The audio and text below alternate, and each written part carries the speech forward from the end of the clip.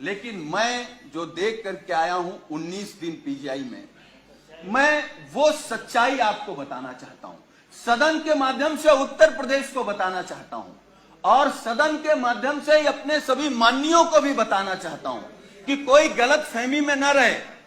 हम तो ये कहेंगे, भगवान से प्रार्थना करेंगे कि किसी को कोरोना ना हो। हमारे ही बगल में, अब हम लोगों के बीच नहीं है, स्वर्गीय चेतन सिंह चौहान जी, मैं 13 नंबर बेड पर था और वो 14 नंबर बेड पर था। अगर नेता सदन सुनेंगे तो आप भी आश्चर्य रह जाएंगे। मैं 11 जुलाई को दोपहर में एडमिट हुआ और माननीय मंत्री जी 11 जुलाई की शाम को 5 बजे एडमिट हुए। और अब मैं जो कहने जा रहा हूं वो दुर्भाग्य है हमारा भी, माननीयों का भी, और जो लोग अस्पताल में भर्ती हो रहे हैं उनका। 8 लोगों का वार्ड, माननीय जी, 8 लोगों का वार्ड, जहां 8 कोरोना संक्रमित लोग होते हैं। डॉक्टरों की, नर्सों की और वहां की टीम आती है तो गेट से ही पूछते हैं कि चेतन कौन है।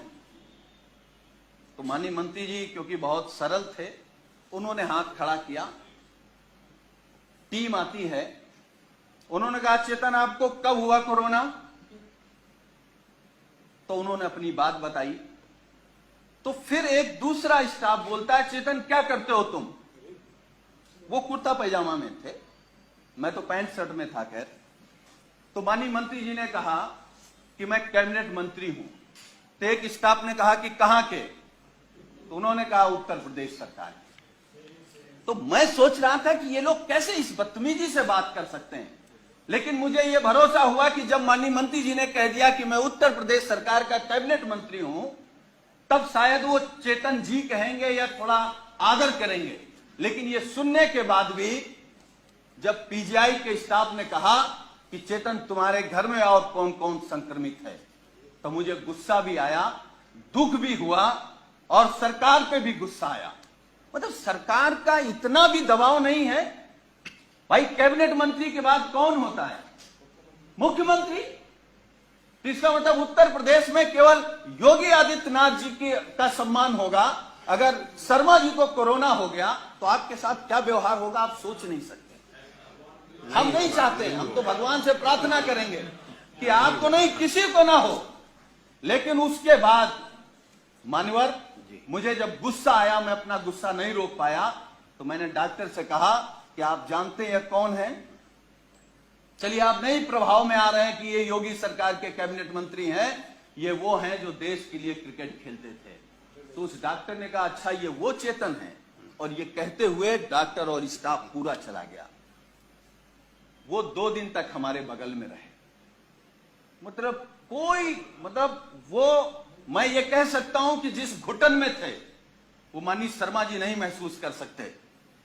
और मुझे जो शब्द नहीं कहना चाहिए, वो कोरोना से हमको आपको छोड़ के नहीं गए, सरकार की अव्यवस्था से हमको आपको छोड़ करके गए। मतलब इतना गंभीर मामला।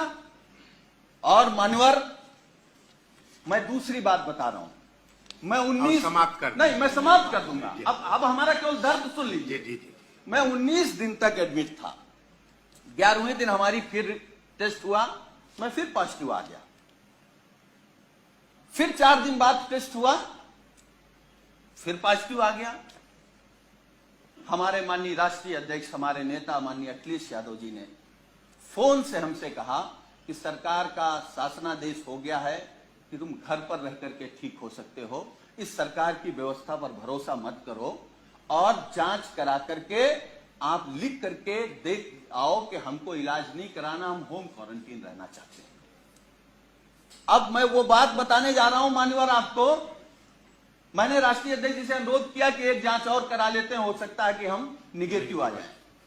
हमारी एक जांच हुई जिसमें मैं पॉजिटिव आया। नर्स ने कहा कि आप पॉजिटिव हैं, डॉक्टर की टीम आई, उन्होंने कहा कि आप पॉजिटिव हैं या नहीं हैं, हमको दूसरा टेस्ट करना पड़ेगा।